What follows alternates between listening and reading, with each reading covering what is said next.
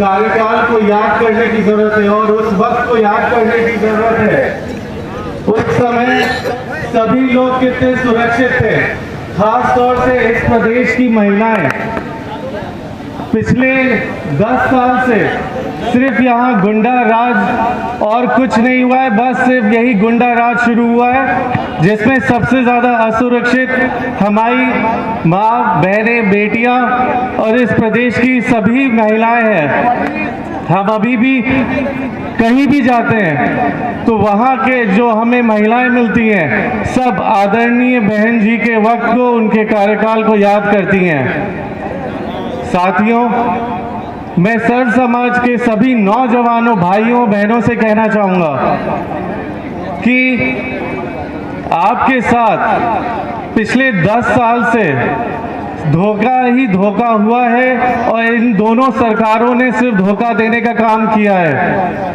इन्होंने 2 करोड़ नौकरियां देने का वादा किया था, लेकिन उसके बदले इन्होंने 2 करोड़ नौकरियां छीनने का काम किया है।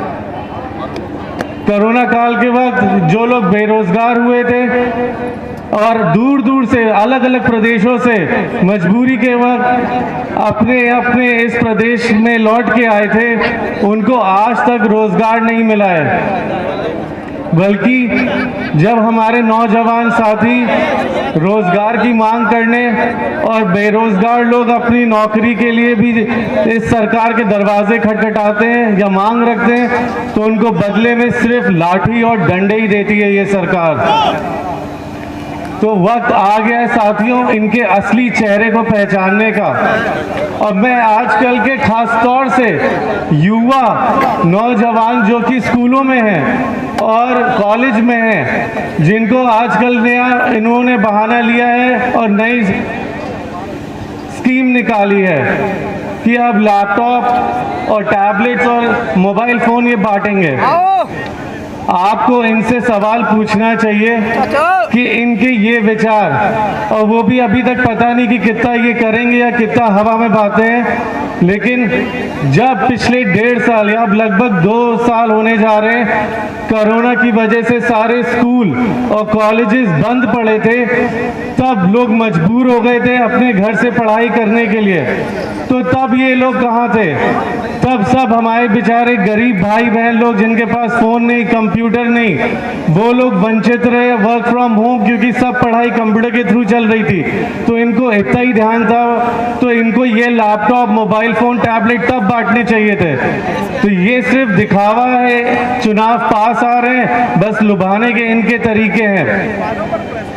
आरक्षण के नाम पे भी ये सरकार सिर्फ धोखा देने का काम कर रही है।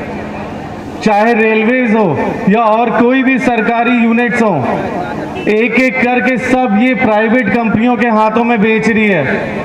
और ये आप सब जानते हैं कि किसी भी प्राइवेट कंपनियों में कहीं कोई आरक्षण नहीं होता है। तो जब सरकारी नौकरियां ही नहीं बचेंगी तो किस बात का आरक्षण और किस बात की सरकारी नौकरियां? तो ये भी सिर्फ इनका एक दिखावा है। वहीं ज़मीनी तौर पे और हकीकत में कहीं भी आप आरटीआई में जाके देख लें, आदरणीय बहन जी के कार्यकाल के वक्त 23,50,000 युवाओं को नौकरियां दी गई थी। और ये लोग सिर्फ खाली हवाई बातों में और अपने झूठे प्रचारों में सिर्फ दिखावे का काम करते हैं कि हमने इतनी नौकरियां दी है, हमने ये काम किया है इनके लिए। बल्कि आप लोग सब जानते हैं कि सोशल मीडिया इस समय एक सबसे इम्पॉर्टेंट चीज़ है। आजकल कहीं भी बड़े से बड़ा शहर हो, छोटे से छोटा गांव हो, हर किसी के पास मोबाइल फ़ोन है, या वो सोशल मीडिया से किसी ना किसी माध्यम से, चाहे फेसबुक हो, व्हाट्सएप हो, इंस्टाग्राम हो, ट्विटर हो, सब में ये सब लोग, हर कोई इस समय किसी ना किसी माध्यम से जुड़े हैं, जिसका सबसे गलत इस्तेमाल ये सरकार करती है अपने झूठे प्रचार फैलाने में, अपने झूठे प्रोपेगेंडा लोगों तक पहुंचाने में। इसीलिए मैं लोगों से ये अनुरोध करूंगा कि सोशल मीडिया के माध्यम से आप सभी लोग इनका खुल के विरोध करें और इनकी झूठे जो बातें हैं और जो झूठे एडवर्टाइजमेंट ये फैलाते हैं, उस पे उनका खुल के उनकी सच्चाई को और जो असली चेहरा है उसको सामने रखने का काम करें।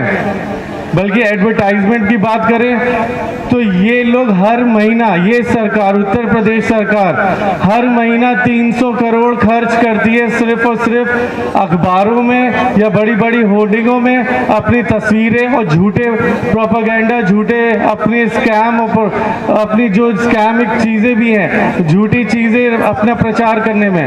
और वहीं आप सोच लीजिए कि 300 करोड़ अगर ये एक महीना में खर्च कर रही है तो एक साल में ये 36 करोड़ खर्च कर रहे हैं, और 5 साल में 18 करोड़, ये लोग 18,000 करोड़ खर्च कर चुके होंगे, जिसका कोई हिसाब है। बल्कि पिछले 5-6 महीने में तो पता नहीं, उसकी कोई गिनती ही नहीं कितना ये लोग अभी अपने प्रचारों में खर्च कर रहे हैं। यही 18,000 करोड़ पैसा अगर इन्होंने युवाओं को, नौजवानों साथियों को नौकरियां देने में, रोजगार देने में लगा दिया होता, या ये खर्चा उनके उत्थान के लिए कर दिया होता, तो फिर आज इस प्रदेश की स्थिति कहीं और ही होती, कहीं से कहीं बेहतर होती, और इनको इतना खर्च नहीं करना पड़ता खाली दिखावे के लिए।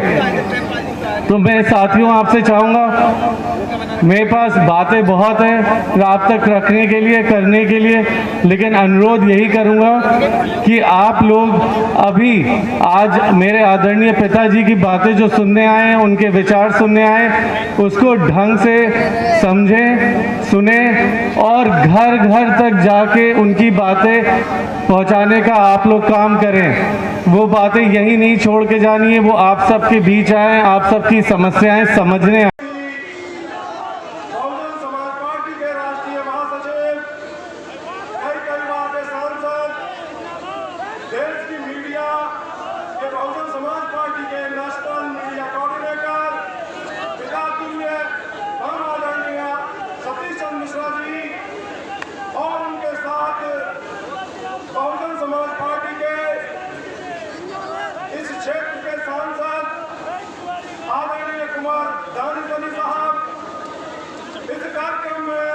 साहब के साथ कंधे से कंधा मिलाकर चल रहे पूर्व कैबिनेट मंत्री परम आदरणीय नकुल दुबे साहब, और इस देश में बहुजन समाज की आवाज को युवाओं में बुलंद करने वाले हमारे सम्मानित भाई कपिल मिश्रा जी का मैं तहे दिल से जनपद हापुड़ में वंदन करता हूँ, अभिनंदन करता हूँ, और आप सब लोग उनका तालियों से स्वागत करें।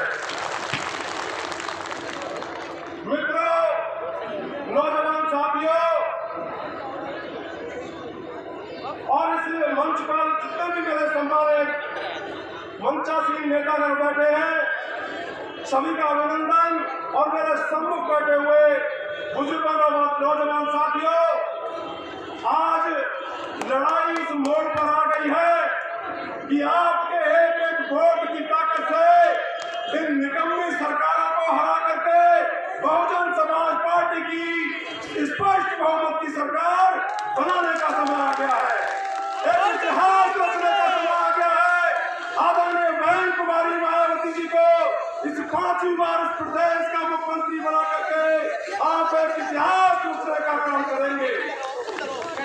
मैं मीडिया में बैठता हूँ, मेरे मीडिया के बंधु ये कभी जुबान से कहते हैं कि बीएसपी को रोकने वाला उत्तर प्रदेश में कोई नहीं है। मैं अपनी बात को ज्यादा ना कहते हुए मैं अपने मुख्य अतिथि जी माननीय परम आदरणीय सतीश चंद्र मिश्रा जी को अपना सारा समय देता हूँ और अपनी बात यही खत्म करता हूँ। जय भीम, जय भारत, जय भारत समाज।